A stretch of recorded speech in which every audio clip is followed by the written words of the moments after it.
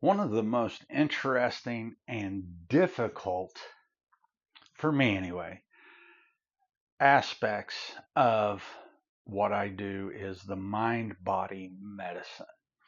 And it's very true.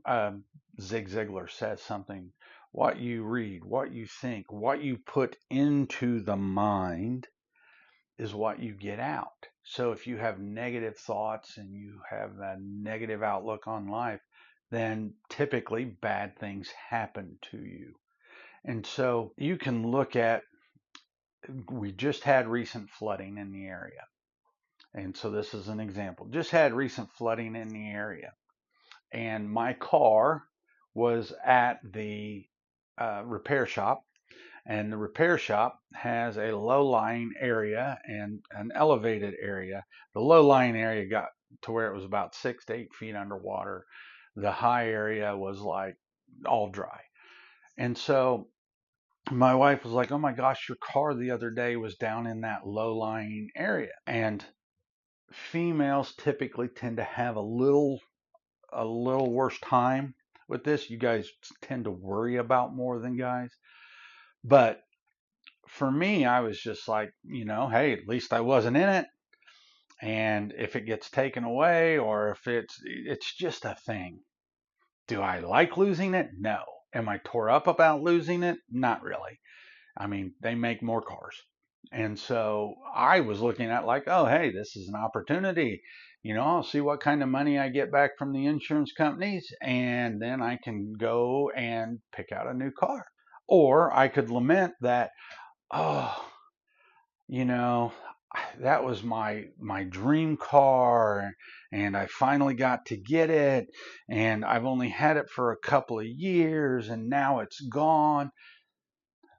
If you are a negative person, you think one way and you look at the situations, and that brings your body, your spirit, your soul, your attitude, that brings it all down. Or if you're the other way, then you can look at it like, hey, I'm going to get an opportunity to get another car. And, let's just see what happens. I've been both. I've been this person for probably the first 30 years of my life. And then once I started to read that, hey, what you think, what you do, all of that matters. So body mind medicine, there's a great book called The Body Keeps Score, and it talks about this body mind medicine and how you can actually take experiences and things that have happened to you, and you can start to correlate it to back pain, neck pain, shoulder pain, all kinds of different pains. And the correlation is actually very uncanny. So as we start to think about body mind medicine, it is the link between your thoughts and emotions and behaviors and physical health. It affects blood pressure, it affects blood sugar, it affects your hormones.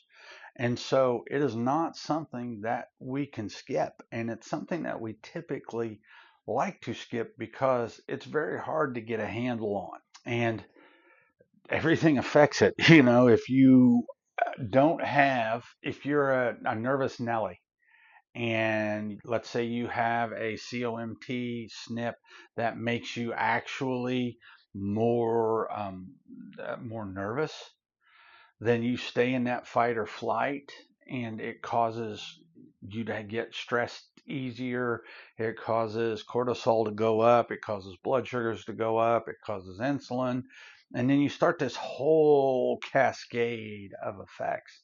And that all starts with what you think.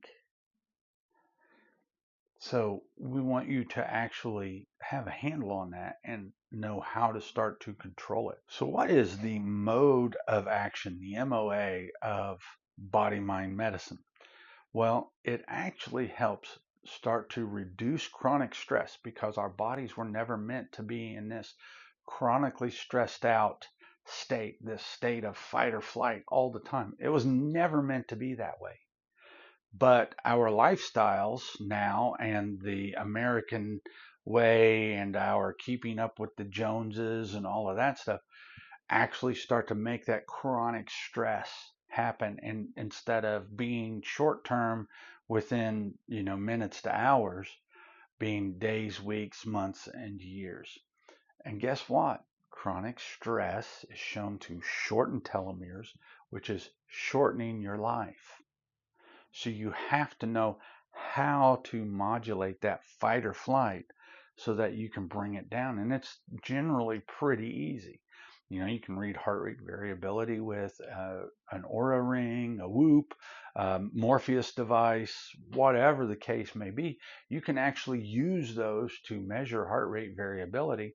And then you can do meditation and breath work, which are easy and free, so that you can start to change those. And those are just a couple of ways to actually change that chronic stress response. But I would say it took me a lot of reading of books to change my thought processes and patterns. And that's ultimately what you have to do. You cannot see the cup as half empty. You can have moments of that, but then you need to know how to turn that and look for the silver lining. And when you can turn that and have that silver lining, then you can start to help your body get into the rest and repair phase. The phase of the body that allows the body to go, I'm okay, I'm safe, and I have the ability to go through my repair steps. So now that I can use, instead of using my nutrition to fuel my ability to run and flee, to use my nutrition to rest, repair, and digest. And that's very important to be able to balance that nervous system, um, vagal nerve stimulation, and things like that, to balance that nervous system so that you can actually go into and out of parasympathetic and sympathetic nervous system activation, allowing your body to relax. That ability of allowing the body to relax helps boost the immune system. It helps your body do the things that it needs to do so that you not only heal, but you heal optimally. There are actually studies out there that show that the emotions of grief and anger and chronic stress actually cause the body to increase that sympathetic tone, thereby causing immune system dysregulation. You have to be able to shut the immune system off, because if the immune system doesn't shut off, the thing that happens to you is you start to break yourself down. The body can't see what is friend and foe and identify that the way that it needs to, so it just attacks everything because it's trying to keep you safe. It wants to live. It wants you to live. Did you know that repetitive motions like saying a rosary, prayer beads, um, yoga, meditation, Tai Chi, these types of activities are actually protected to the telomeres? So that slows cellular aging, allowing the telomere to start to repair and lengthen. Nutrition plays a part of that. Sleep plays a part of that. Exercise plays a part of that. All of these things work together. That's why in all of our videos, you'll hear me talk about the body as a system that works together. You cannot, for overall health and long-term health, separate the systems and think of them individually and think that you're going to optimize one and everything's going to be great. Very rarely do you optimize one system and everything is great.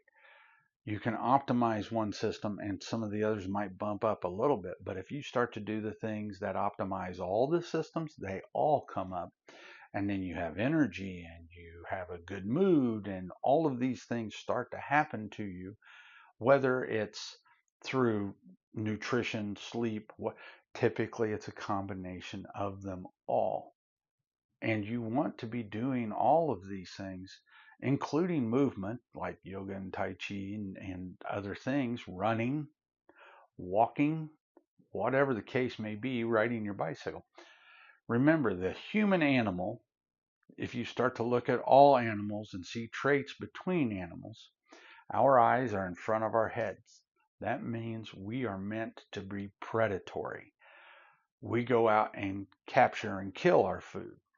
Prey animals have their eyes on the sides of their heads. Our eyes aren't there. Our eyes are in front. We don't have nails. We don't have vicious teeth. So how do we actually get our prey? We run it down. We're endurance athletes. That's the way we're meant to be. And so it goes against our biology and our bodies to be sedentary. Did you ever notice when you're exercising, when you were younger and things like that, you felt better and your overall mood was better?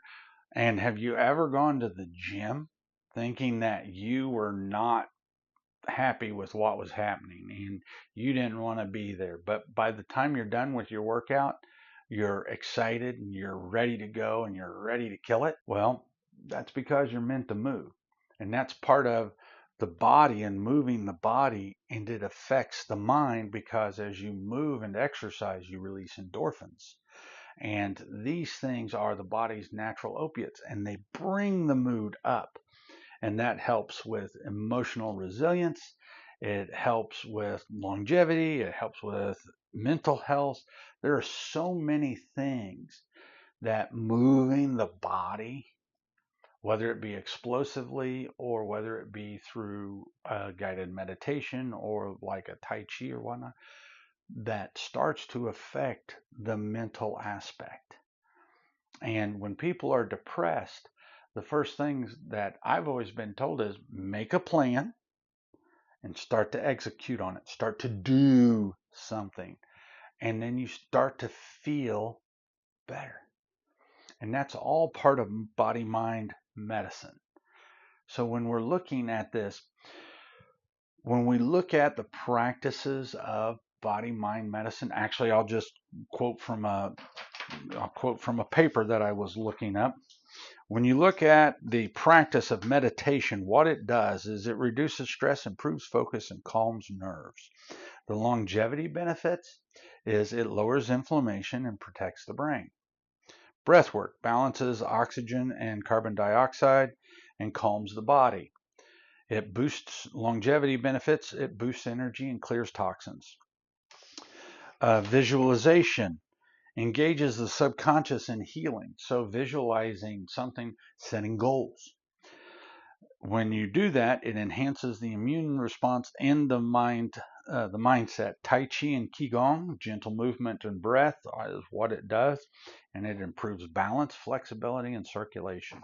Yoga moves energy, tones the organs, calms the mind, improves detox, mood, and hormone balance. Gratitude journaling. I did this for quite some time, and it shifts the perception and boosts dopamine. If you are a negative person, you need to get a gratitude journal and work on that.